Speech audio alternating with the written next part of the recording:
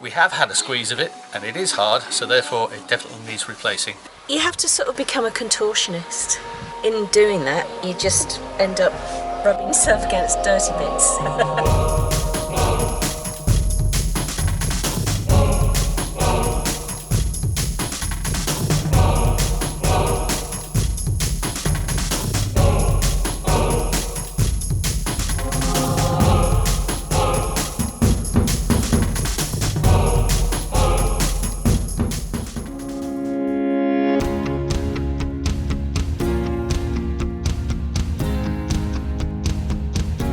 It's a bright and sunny Wednesday morning, and I'm with the head honcho from Lividitas Boatyard, that's Evangelis, and he's taking me into Limney town today, where we're going to pick up that part where we over-tightened the bolt into the turbocharger part and the bolt snapped off. So we're going to pick that up because hopefully it's been drilled out and we've got a replacement bolt.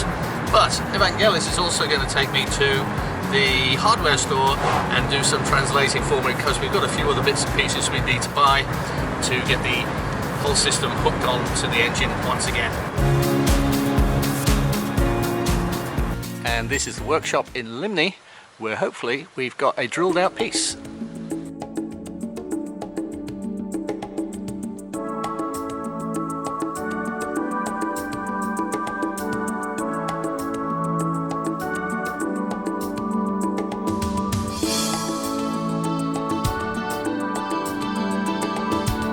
So we've done a perfect job. We've drilled out the broken bit of bolt from there, which is fantastic, and also supplied us with a replacement bolt. So we'll get back to the boatyard and we'll put all this back together. And I've got a different idea which I'll share with you about how to get these bolts in without over tightening them.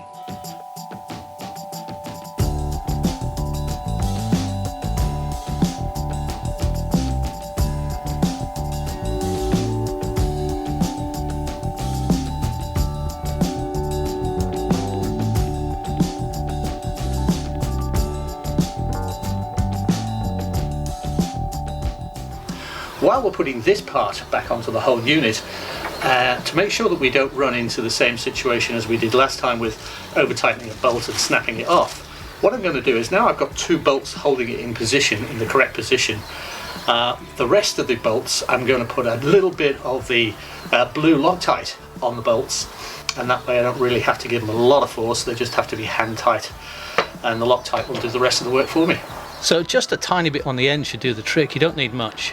Now all six are in place, I'm just going to go around once more and make sure they're just hand tight. When we say hand tight, really you should just be feeling a little bit of pressure in the top of your shoulder here. If you're feeling any pressure anywhere else in your arm, then you're trying too hard. So don't overdo it when you're just doing hand tight. And the rubber gasket that's squeezed through the gap when we put the two pieces together, the outside bit's actually stopped to go off already, so we know that it's still a viable product. This is the actual part that started all the shenanigans. This is the exhaust mixing elbow, where the exhaust gases from the engine and the hot water from the cooling system come together and then get exhausted out the back end of the boat.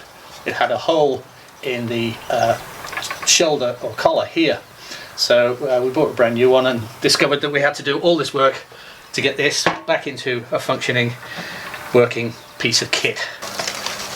The old gasket that we took off was kind of in okay nick, but it was starting to show signs of rust around here and around here, so rather than chance it, just buy a new one. I think these are like, I don't know, €3 or something, and I've put the other one in a Ziploc plastic bag with some WD-40 in it, and that is there as an emergency backup just in case we ever need to do something again. On the gasket itself, you can see it's got a bit of a raised outline here, and it dimples in on the other side, so I'm not quite sure which way around you're meant to put that. So if you know, let me know in the comments, and we can always easily turn it around.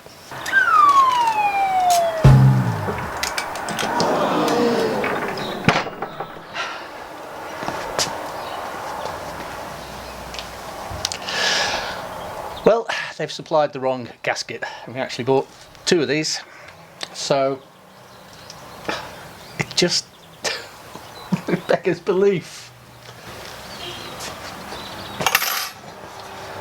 Luckily the elbow itself has got these long bolt hole places, so you know, so it will go on and move around anyway. I'm going to take this over to the workshop and see what the guys can do over there about maybe making a gasket or somehow adjusting this one to fit. Can you estimate how many days or hours we've put into trying to clean this black soot out of the engine itself and out of the engine bay? I don't know, lots. Let's just say, how long is a piece of string? It's still nowhere near.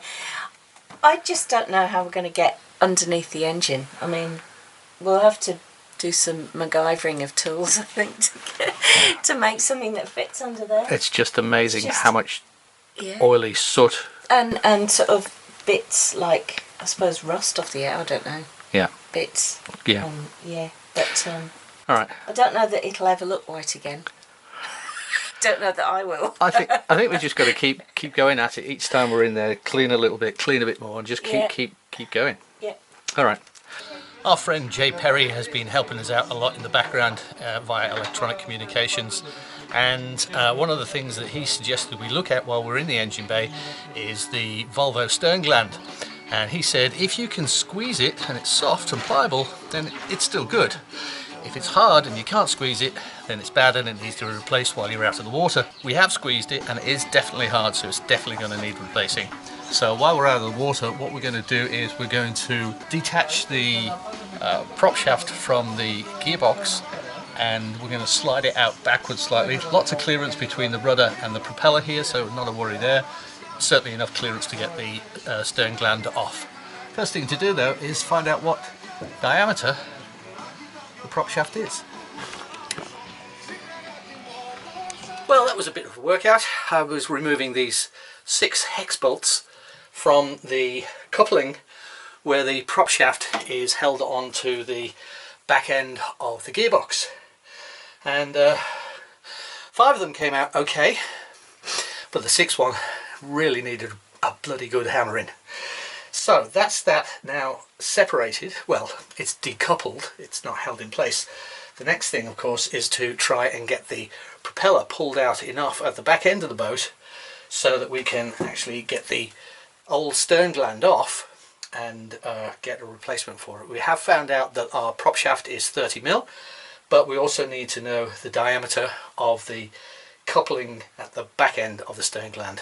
These hex bolts, there are 6 of them, 1, 2, 3 here, 1, 2, 3, and then 3 corresponding on the underside of that.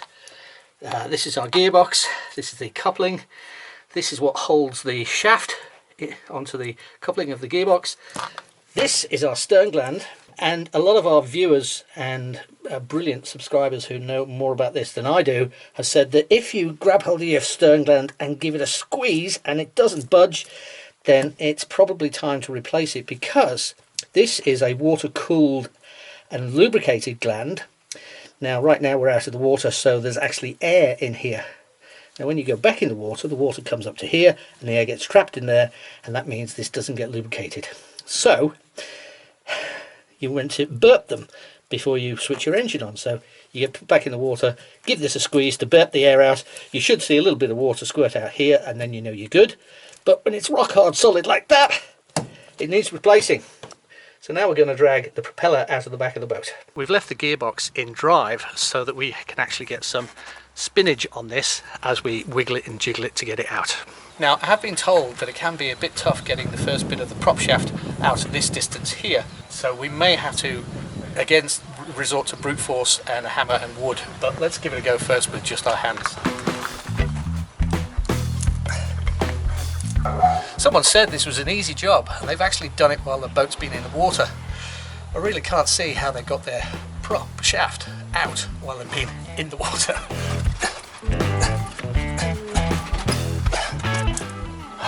I don't know, I don't think so. There's no movement there at all from just me and my hands. So we're going to have to resort to brute force, which is a bloody big hammer and a piece of wood here to basically just tap, tap, tap, tap, tap, tap, tap it out. Time to visit the workshop, I guess. Hey Theo. Is Giuliano here? What? Giuliano? Giuliano house. In the house, okay, thank you. as Giuliano thinks he's having a tea break now, but he's not. Because we need his assistance. Hey Giuliano, can you help pull the prop shaft out? No. Please? Okay, thank you.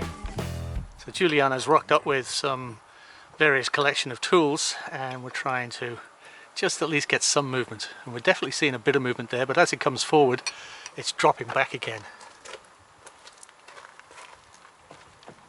So Anshia came up with the idea to use this bit of wood, and I'm not sure whether this wood is going to actually take the hammering it needs to get this out, but no movement there at all. Easy job, someone said on the forums. Easy job. 5 minutes. I tell you what, since owning the boat, I mean, I know jobs are generally not as easy as you think they're going to be, but since owning a boat, every single job has been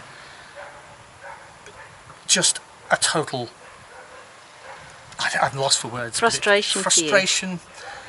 They never go as easy as you think they're going to go. There's always something that won't come undone, or breaks when you try and put it back together, or just won't budge the way it's meant to budge. And yeah, owning a boat really opens your eyes up to how difficult DIY actually is. So if you've got the money and you own a boat, get someone else to do it. If you like us, do it yourself and suffer the frustration. Yeah, I suffer your frustration. You're welcome. Giuliano wants to release the tension on the cutlass bearing. Sounds like a plan. And maybe that will...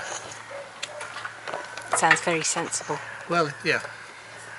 Maybe then it's not being held so much in place here. But don't remember, even inside the cutlass bearing, this prop shaft is spinning, so it's spinning freely inside the cutlass bearing. Yeah.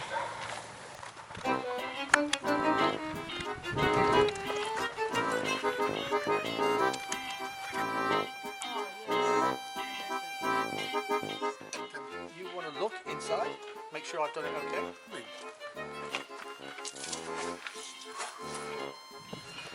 So how's your bilge cleaning going?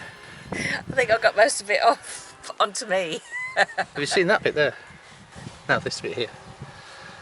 Yeah. Well, you know, you just got to get into the corners and have to become a contortionist.